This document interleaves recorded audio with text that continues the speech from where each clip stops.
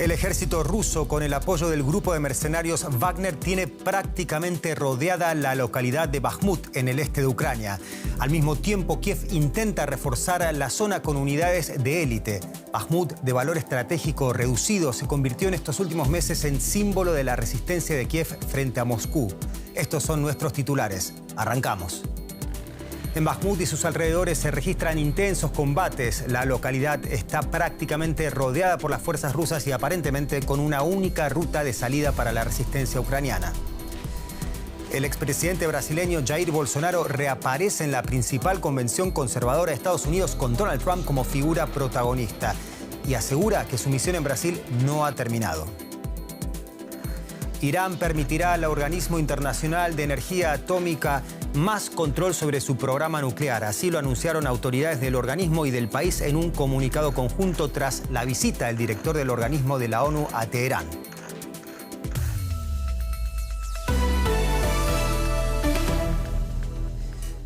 Bienvenidos a DW Noticias. Soy Leandro Fest. Gracias por elegirnos.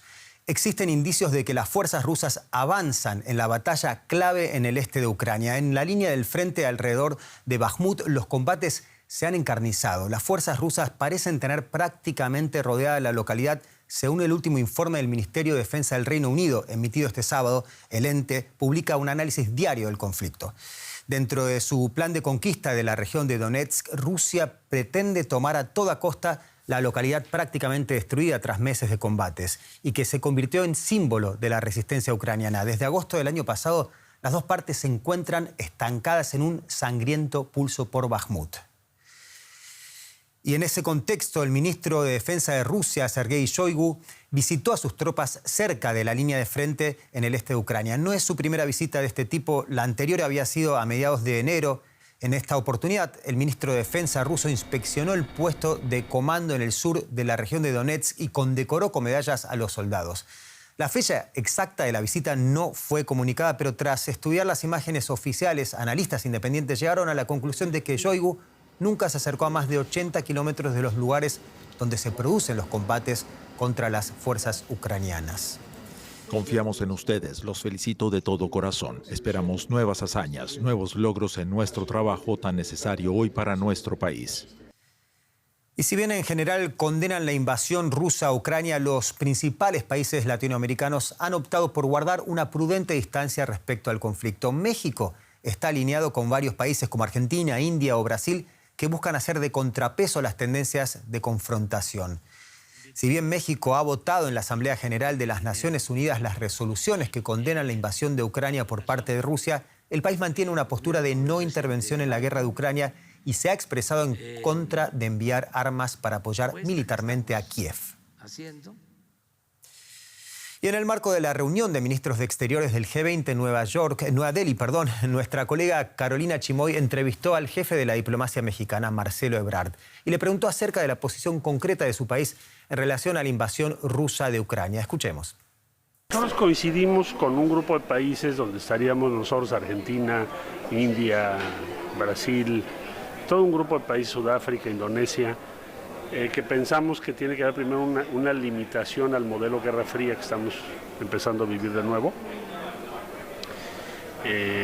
Por otro lado, tenemos que proteger las instituciones multilaterales y hacer como un contrapeso a las tendencias de confrontación, que son las más sencillas, las más obvias, en favor del conjunto de la humanidad. Es lo que estamos haciendo. El expresidente estadounidense Donald Trump y el de Brasil, Jair Bolsonaro, clausuran este sábado la principal convención conservadora de Estados Unidos. En la conferencia de acción política conservadora, Bolsonaro, durante su primera intervención en un acto público desde su derrota tras las elecciones presidenciales de Brasil, condenó en su discurso la identidad de género, el control de armas y elogió a Trump, quien se dirigirá a la conferencia conservadora a última hora. Desde el miércoles, este Congreso acogió a principales figuras conservadoras como la candidata presidencial Nikki Haley, pero no a pesos pesados de los republicanos, como el presidente de la Cámara de Representantes, Kevin McCarthy, o el gobernador de Florida, Ron DeSantis. Figura al alza de cara a las elecciones de 2024, si bien no confirmó aún su candidatura. En su intervención, Bolsonaro dijo sentirse honrado por haber llegado a la presidencia de Brasil, aunque se refirió a ese periodo como su primer mandato. Mas eu sinto En el fondo siento que esa misión no terminó. Vengo de una familia pobre. Jamás pensé que sería presidente de Brasil. I also come from a poor family, and I never expected to be president of Brazil. Pero cuando vi que una comunista fue reelegida en mi país, decidí enfrentar el desafío.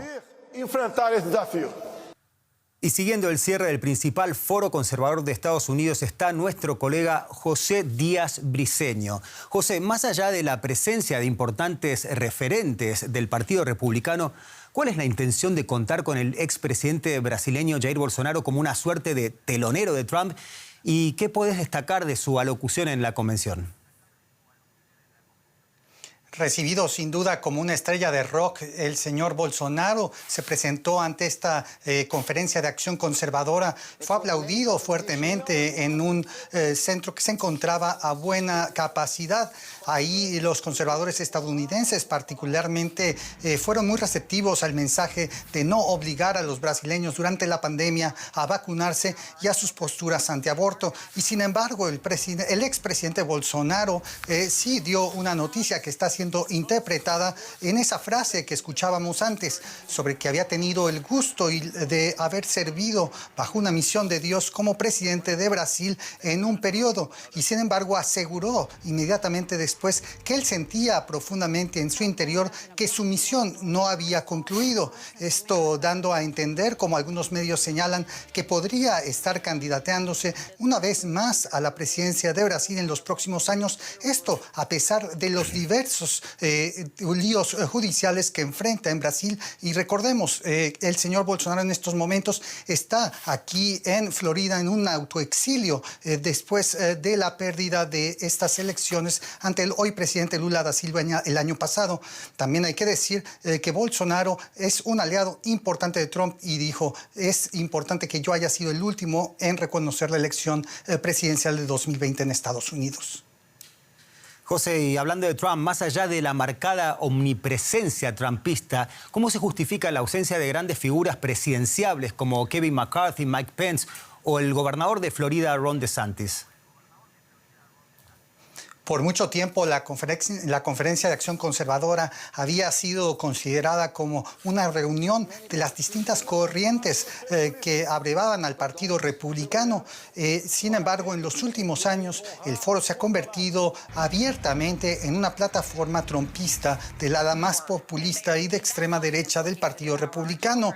Es por eso que muchos, incluyendo el propio señor DeSantis, el gobernador de Florida, que compite competitivamente en las encuestas frente a Trump hacia 2024, no se presentó. Y sin embargo, el presidente Trump espera justamente tomar fuerza ante lo que se considera una debilidad de su candidatura, a pesar de que las estimaciones políticas creen que al menos 35% del voto republicano está detrás de Trump. Veremos si en los próximos días Trump sale también ganador de esta encuesta interna que se realizará en la conferencia de hoy, pues no está garantizado que él tenga la mayoría de los votos. Una convención más trumpista y bolsonarista que republicana. José Díaz Briceño, gracias por tu reporte desde Washington. El director del Organismo Internacional de la Energía Atómica informó de que Irán ha aceptado próximas inspecciones de sus instalaciones nucleares. La declaración de Rafael Grossi se dio tras su encuentro con el presidente iraní Ebrahim Raisi en Teherán. Así, hace apenas unos días, inspectores de la ONU afirmaron haber encontrado partículas de uranio enriquecido casi a niveles armamentísticos en los sótanos de las instalaciones. Irán limitó el año pasado las inspecciones y desconectó las cámaras de vigilancia en un momento de fuerte deterioro de sus relaciones con las potencias occidentales. Hoy se anunció que volverán a conectarlas. El tratado nuclear con Irán fracasó en 2018 tras la retirada de Estados Unidos, aunque desde el año pasado las negociaciones para revivir el tratado estaban estancadas. Grossi señaló que ha habido acercamientos. Debo decir que el proceso ha sido largo. No he ocultado que para nosotros ha sido demasiado largo.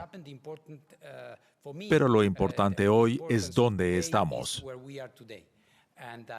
Y creo que se ha registrado una notable mejora, al menos en mi diálogo con el gobierno iraní. Creo que se me ha escuchado y creo que pronto veremos resultados. En China, miles de delegados participan este fin de semana en Pekín en la sesión anual de la Asamblea Nacional Popular, el Parlamento chino. Se espera que el presidente Xi Jinping anuncie nuevas medidas encaminadas a dar más control al Partido Comunista sobre la empresa privada. También dará a conocer una nueva dirección formada por sus más leales partidarios. Los delegados se reúnen en el Gran Salón del Pueblo de Pekín para asistir a la cita más importante del calendario político chino en lo que más bien parece una especie de espectáculo político.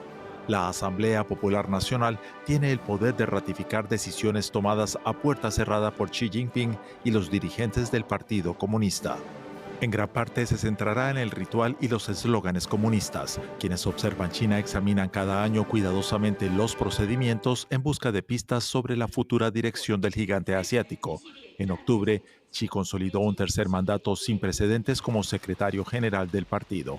Ahora se espera que reafirme su poder y que nombre además a un nuevo primer ministro, Li Qiang, quien supervisó los polémicos confinamientos durante la pandemia como secretario del partido en Shanghái.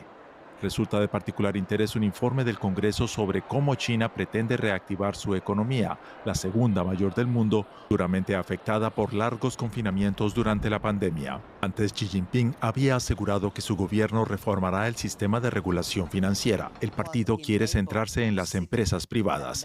Magnates tecnológicos como Jack Ma, fundador de Alibaba, no aparece en la lista de delegados. A cambio, se espera que el Congreso impulse la investigación científica para acelerar la producción de microchips. El telón de fondo del Congreso son las crecientes tensiones entre China y Estados Unidos.